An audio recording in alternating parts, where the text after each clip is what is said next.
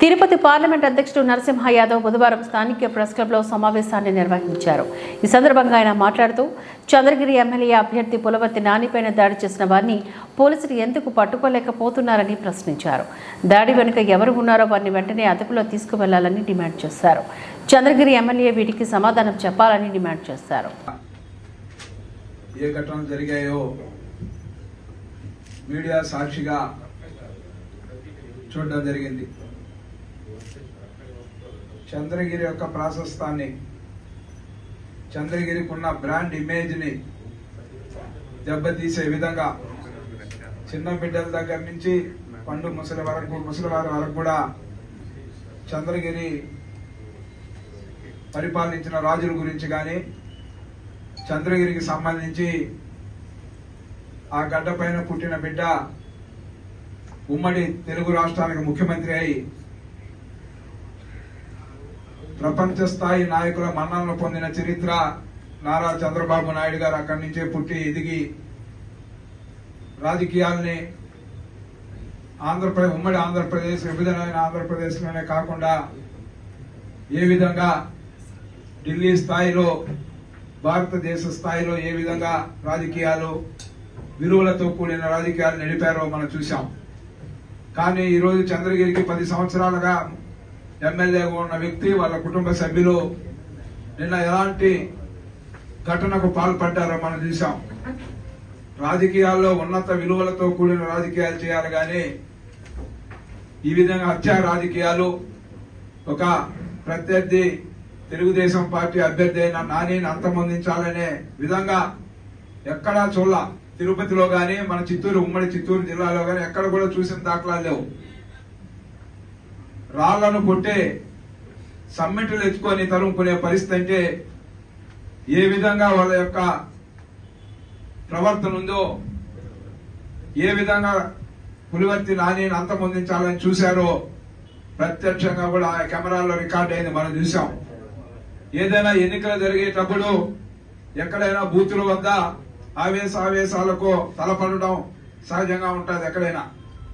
కానీ అక్కడ కూడా మనుషులను చంపుకోవాలనే ఒక దీంతో ప్రవర్తించే వాళ్ళు ఎక్కడ ఉండరు. కానీ నిన్న ఎన్నికలు అయిపోయాయి. స్ట్రాంగ్ రూమ్ లో ఈవీఎంలన్నీ కూడా భద్రపరచడం జరుగుతా ఉంది.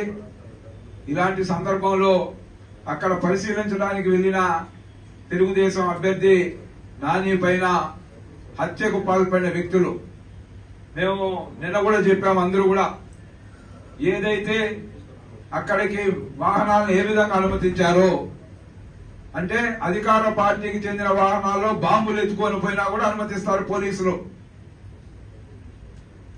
పెద్ద పెద్ద రాడ్లు ఎత్తుకొని పోతూ ఉన్నా కూడా అనుమతిస్తారు.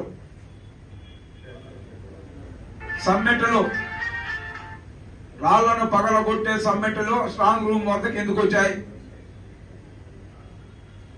వాళ్ళ ఉద్దేశం నానిని అంతమొందించాలనా, లేకపోతే స్ట్రాంగ్ రూమ్లు పగలగొట్టి ఈవీఎంలు తీసుకెళ్లాలనా, లేదా ఇంకా తెలుగుదేశం పార్టీ కొంతమందిని అంతమొందించాలనే ఉద్దేశంతో వాళ్ళు లోనికి ప్రవేశించారా? వాస్తవాలను పోలీసులు వెలుగులోకి తీసుకురావాల్సిన అవసరం ఉంది. నిన్న మా పార్టీ నాయకులు ఏదైతే నానికి జరిగింది దీనిపైన ఎక్కడికక్కడ అందరూ కూడా స్వచ్ఛందంగా కూడా అక్కడికి చేరుకోవడం జరిగింది. వాళ్ళ పైన ఏ విధంగా లాఠీ చార్జీ జరిపారో మనం చూసాం.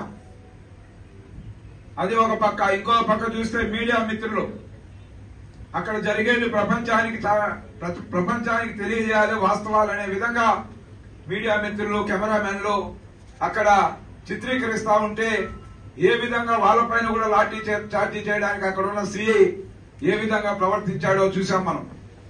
నిన్ననే కూడా ఎన్నికల కమిషన్ కి లెటర్ పెట్టాం. చీఫ్ ఎన్నికల కమిషన్ గాని, కేంద్ర ఎన్నికల కమిషన్, రాష్ట్ర ఎన్నికల కమిషన్, ఇక్కడున్న కలెక్టర్ గారికి రాత్రి తిరుపతి పార్లమెంట్ అధ్యక్షుని హోదాలో లెటర్ పెట్టాం.